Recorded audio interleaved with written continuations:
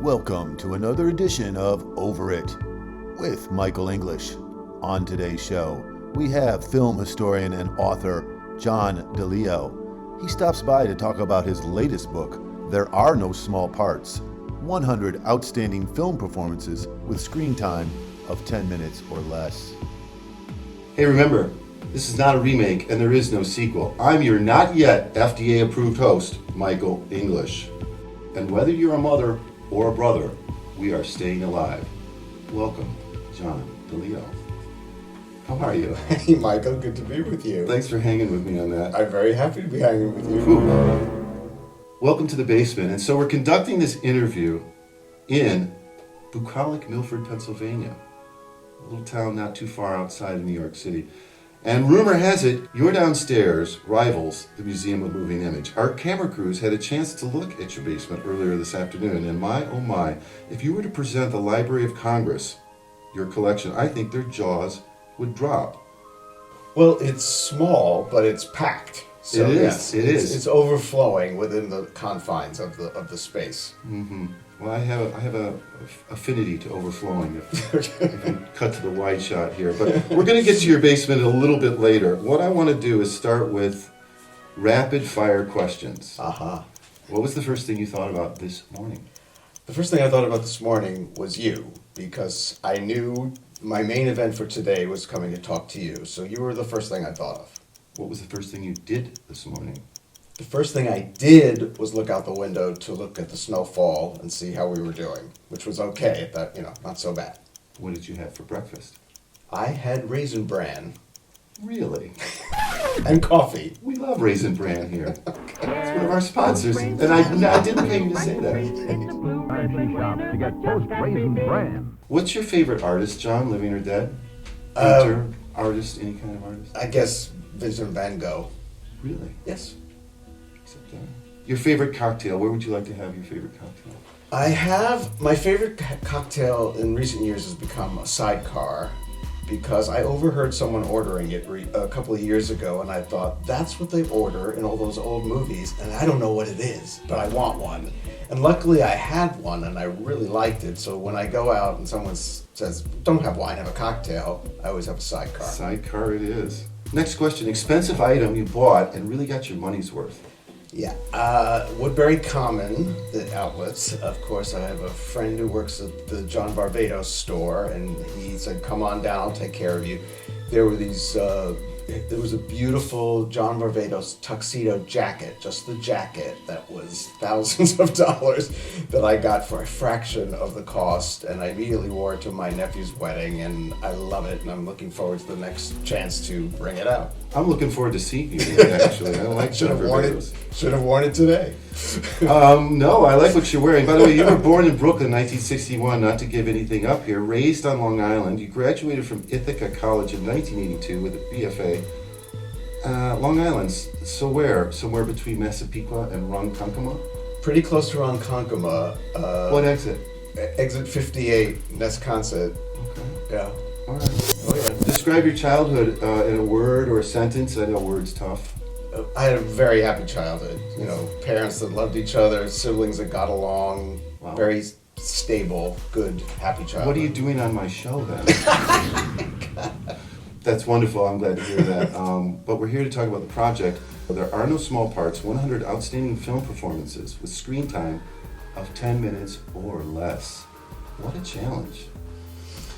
Well, I've written a number of books dealing with the star performances, whether very famous or underrated.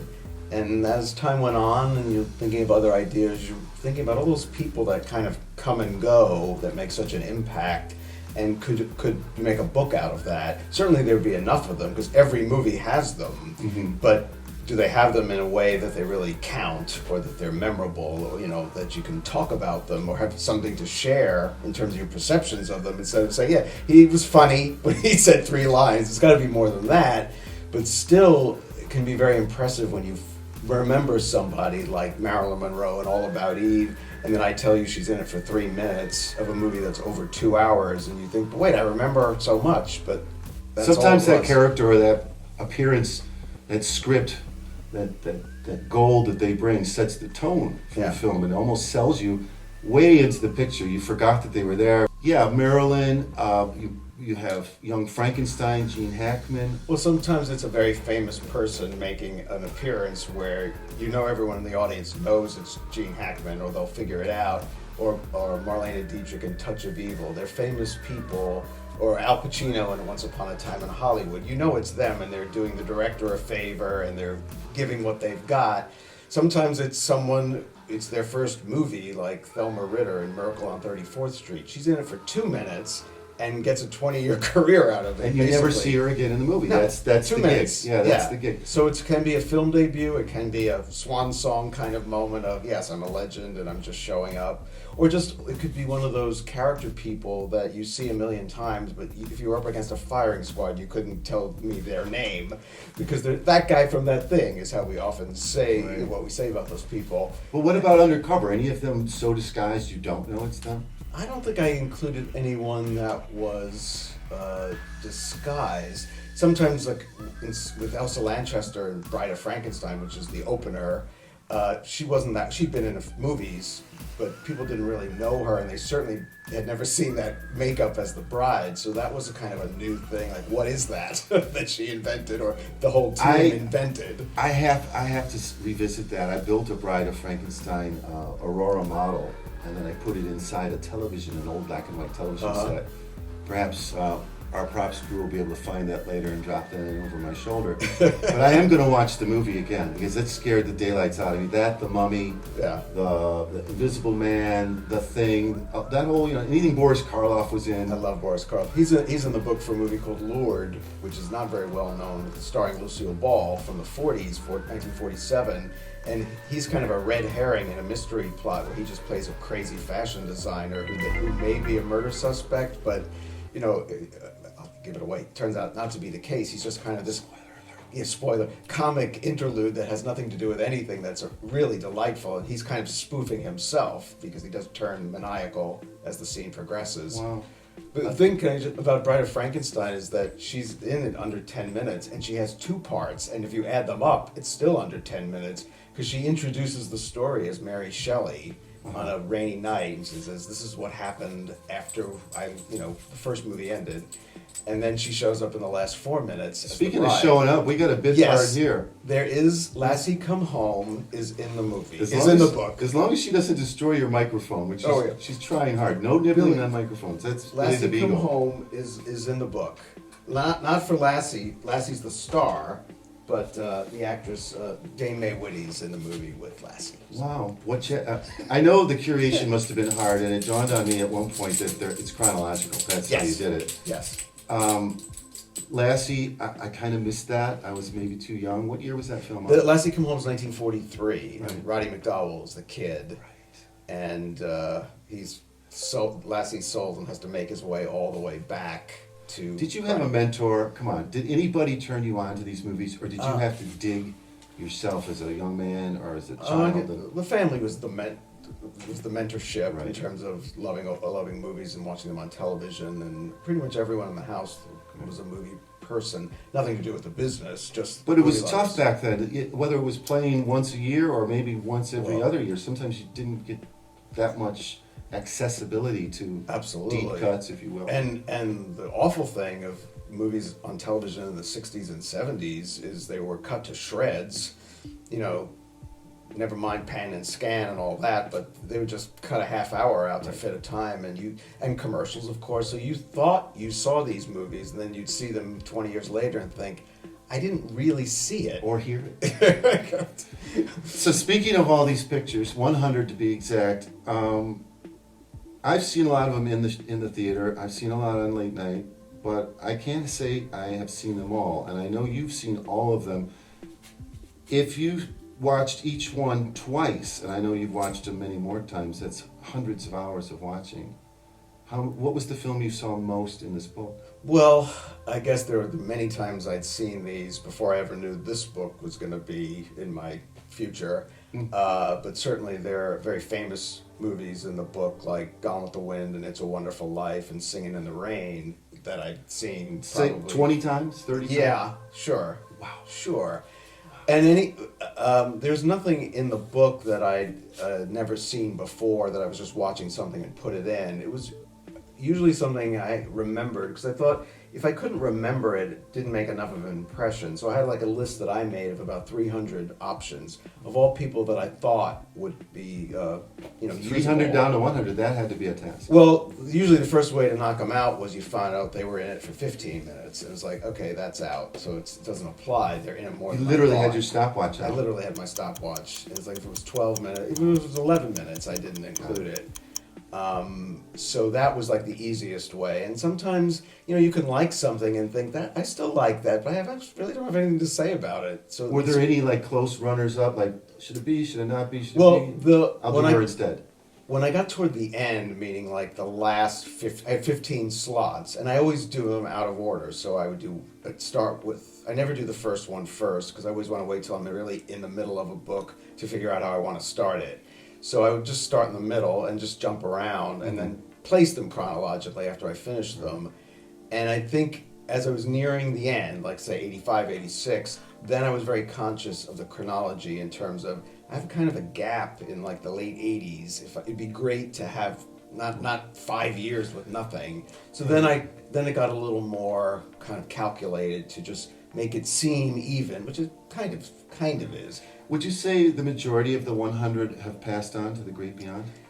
Yes, certainly, because it starts in 1935 and it goes to 2019. So the people in the last 30 or 40 years, there's a good chance they're still with us, but basically everyone... We got to get a copy of this book into their hands, the ones that are still alive. Oh, yeah. Well, I'm glad you mentioned that because since in the last 20 years have interviewed the classic movie guests at the Black Bear Film Festival, the most recent one was, she's not really from the classic movie era, but from the 70s and 80s, is Jane Alexander.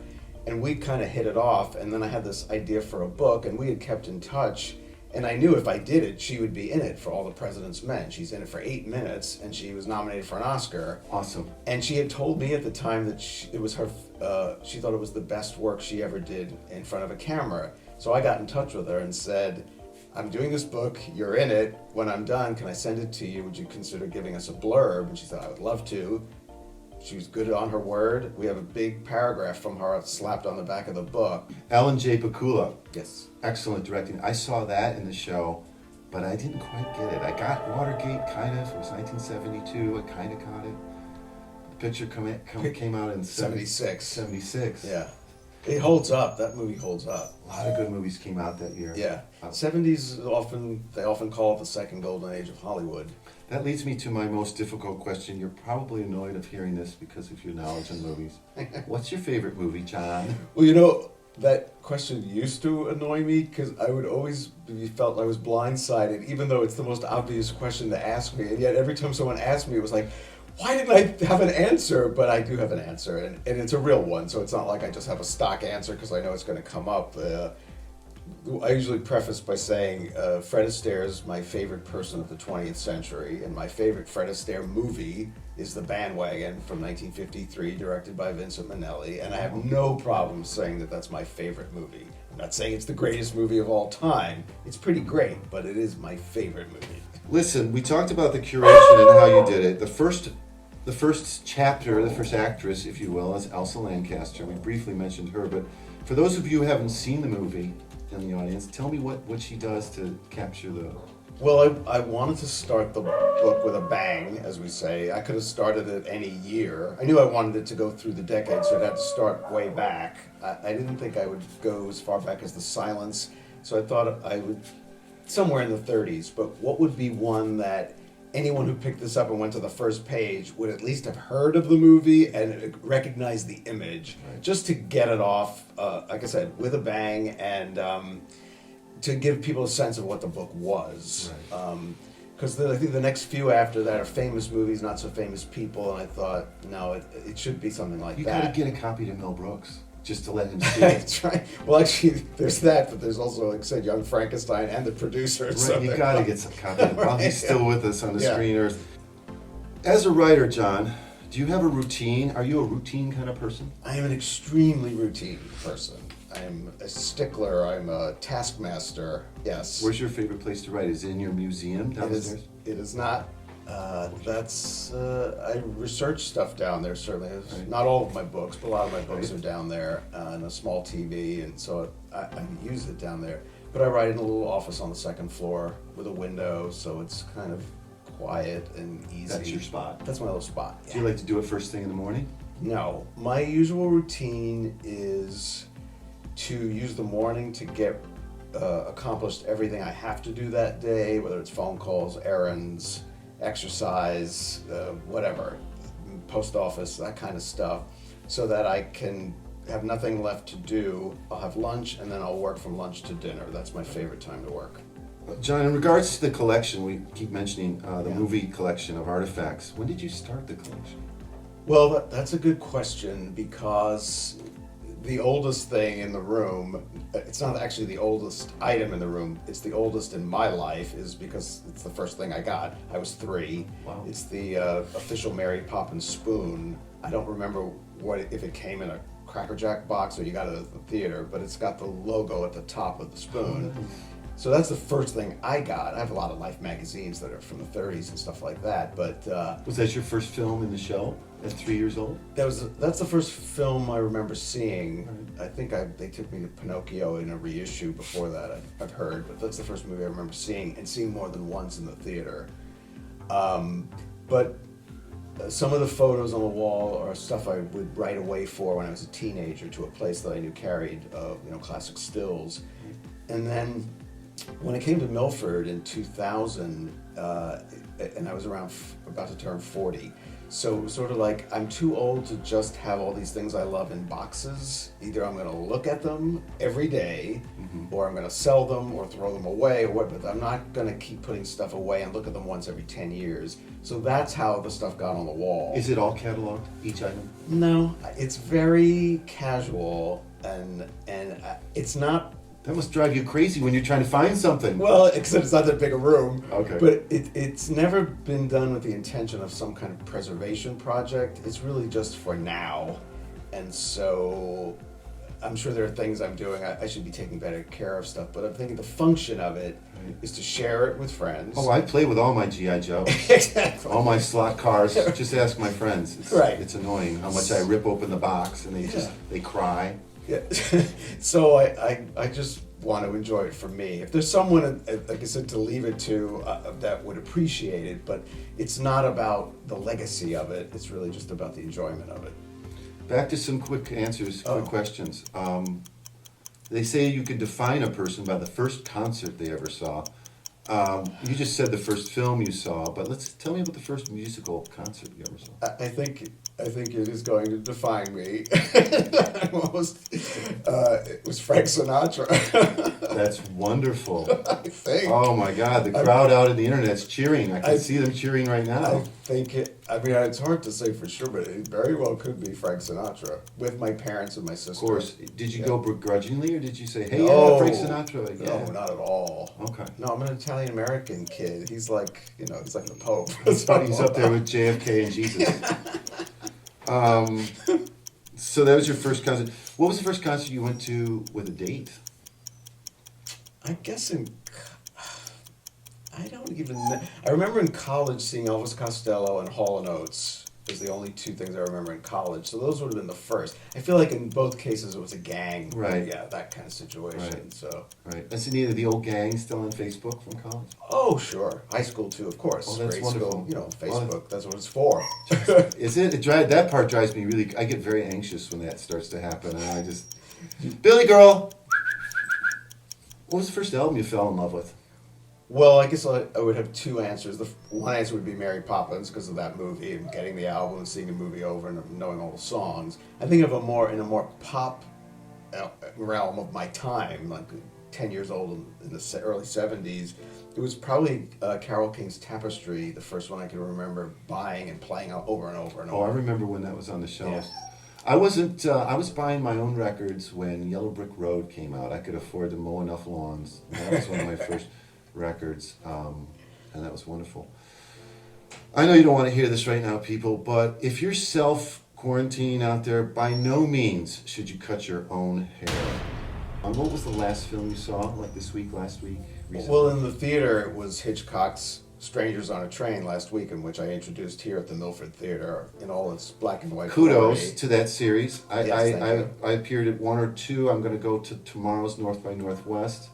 And Billy's buying her ticket. She knows she's got to be there. It's a wonderful experience. You very graciously set up the film, but then offer a question and answer after, which I found intriguing both times. The questions that get asked and your rapid fire answers. There's pretty much no question you could ask about. Well, listen, if you had a bunch of NYU film graduates, you might be up there hitting some basketballs. You know where I get tripped up was when, I should have you there, when someone asks me about what lens do I think they use, and I thought, I can't answer your technical questions, but I can ask. Most tell you about films, the people. Let me tell you, most films are made with a 50 millimeter lens, and that's what the eye sees. That's what I see with you, and you're seeing it now, 50. I'm going to say that. And they said, give me a 50, and then, well, that's... You know what? Somebody did call while we were doing this, Baskin Robbins. They want to do a 30-second flavor. They want to name it after you. What flavor is it called, and what does it taste like? Well, but I could see my name could easily like something like Dileo's Delight. So that's easy. Okay, a double D. All right. That kind of thing. Dileo's I can Delight. tell you what What's it in should it? be. What's in it? Well, it's got to be gelato rather than just regular ice cream. Yeah. And it has to be chocolate and hazelnut. You could swirl it or you could separate them down the middle, but those are the two flavors. Ooh, and it could be a plot twist in a movie if someone was allergic to hazelnuts. A murder weapon? Yes, I'm always looking for an ingestible murder weapon, because it happens. You know, come across somebody and you don't like them. Yeah. What was the best advice you were ever given that professionally you took it and you said, by God, that was good advice? When I started transitioning to becoming a writer, I didn't actually know that was happening, but I was still trying to be a stage actor, and I was approaching 35 and getting very discouraged that I thought I'd be farther along. And I had an idea to do quizzes, and I thought I could become a columnist at Premier Magazine. Every month I could do a quiz and it'd be perfect. And that was as ambitious as I could get. And I had a friend named Jerry Vermilia who wrote a lot of the books that I bought as a teenager. And we met through a theater company. And he said, come to my office sometime. I'll show you the collection we have here of books and stuff. And we were talking, and I said to him what I just said to you. And he said, well, why don't you do it as a book? And I burst out laughing. I remember the moment. I burst out laughing like, I'm not a guy who writes books and like an author. You're an actor. And I laughed. And then I did it. And then it all felt good. happened, and I thought, sometimes you really need someone to just give you permission. Like, who do you think does those things? It's just people like you. It's like, nobody's born. Well, doing you these filled a things. very nice gap that was needed. I collect film critique books as well, and I have a new author now to start putting on my list. And by the way, why haven't I held up the book 9 times? I'm going to have to do that again later, but I'm going to put it into your hands later as well. Let's do it right now. Oh, look at that. The artwork and the photographs are obviously cleared rights stills from pictures, but the way they look at each other and the black and white melding with the sepia, very well done. Well, these are 12 mini versions of pictures in the book that are larger, of course. And they're equal size, like the Instagram square, like a Polaroid. I like that. So it's supposed to be a nice variety of who's in it, different eras and all. Yes, this is the day my life will surely change, John. And Billy, yes. From this day forward, January 22nd, 2022. It's this day, that day, the other day, tomorrow, and yesterday. But as far as the immediate future, John, what's in it for you, like 90 days from now? I know we're dealing with a lot of stuff. Your book's coming out on February 22nd. And you'd like to go out and promote it. How are we dealing with that these days? Well, we're talking about when in-person events can happen. And I do have one book tentatively for mid-April, that's one, and we're in talks with other ones. Ideally, when a book comes out, you do the stuff around the time, if it comes out February 22nd. Usually those next 2-3 weeks are when most of the stuff happens. Right. But since I don't think anybody's doing anything, nobody's getting ahead of anybody else, I guess. Anyway, we're looking to the spring, and like I said, I have one thing booked, and feelers out for when people are ready to say they're comfortable putting something on a calendar. Right. I have noticed a lot more authors in the talk show circuit in New York recently. A, because LA doesn't want to fly that much. They don't want to fly their talent around the country for what essentially is a 3-minute appearance, and they get the bang out of the Zoom interview, let's say. Yeah. But to have someone in person in these talk show scenarios, and thank you again for joining us in person. This was a real treat. Sure. Okay, regrets, I've had a few. Is there anything you've ever regretted, John? I don't think anything major, no. I don't, because things you do lead to other things. Like I said, I felt that my acting career was over, but for me to feel bad enough about it was what it took for me to change what I was doing. So you could say, well, maybe you should have changed careers earlier. No. But if I changed careers earlier, I might not have ended up doing what I'm doing. Doors are open and closed. So I don't really think of regrets then. I think it's very Zen lifestyle you're leading. Most of you people listening should try and adopt some of John's theories. Any plans like 3 months from now, or say a year from now? What's next for John Dileo? Well, in terms of the greater next, like Yes. with the end Beyond, of the pandemic, yeah. travel, more time with family, like that's the big one. In terms of really like the stuff we've been talking about, I do have an idea for another book that I probably won't start it in 3 months, but like doing all the sort of foundation work in my head. So there's that. And I'm enjoying the gig at the Milford Theater introducing the movies, and so we're building on that. And You're ramping that up. I like that. I'd like to, we're well ahead of time in terms of the planning and the ideas of what different themes for different months. I'd like that to keep going. I'm in a new relationship. I'd like to nurture that, see where that's going. And so a lot of it is actually happening in Milford for me in terms of where I'm thinking. Of course, the book you want to take on a life of its own way beyond, where I am. And like I said, I love promotional things, so in the next 3 months, I'm up for anything in terms of interviews or travel or whatever we can do, where my actor background sort of helps along, because I don't mind being in front of an audience, This is the part of the interruption situation. She's okay. She won't bite. John, the way you handle questions and answers, again, I said this before, but your knowledge goes deeper than who's in it, what did they say, how long were they in the picture. You do ground research around the movie. You talk about the movement that might have inspired the movie or that gave it life, right? I try to tell a story, kind of, like when I'm working on the little lectures I'll do before the movie, I think of all the components, who's in it, what they did, what's interesting about it, and try to make the monologue I do a story. And so that I don't really memorize it, but I memorize an outline in my head of what connects to what. And so I'm kind of I memorize the order of the things I want to say, but not what exactly I'm going to say. I turned to my friend who was with us last week. I said, it's like he's reading from a prompter or cue cards. He's got it down, and it's in a way that you look to your left, you look to your right. So that's the presidential prompter, where it's just everywhere around the room. And how is he doing this? Well, like I said, I try to make it logical to me, where the next thought is the logical next thought from what I just said. Hey, I'm your widescreen 70mm host, Michael English, and this has been a very intriguing conversation with John Dileo. John, thank you.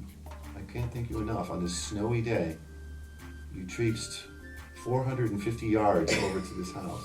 Thank you so much, Michael. It's always fun to talk to you. It's available in stores, Amazon, and other fine outlets where hardcovers are sold. Stay positive, test negative. Thanks for watching. Όλα ακούγονται μαύρα κι άραχνα.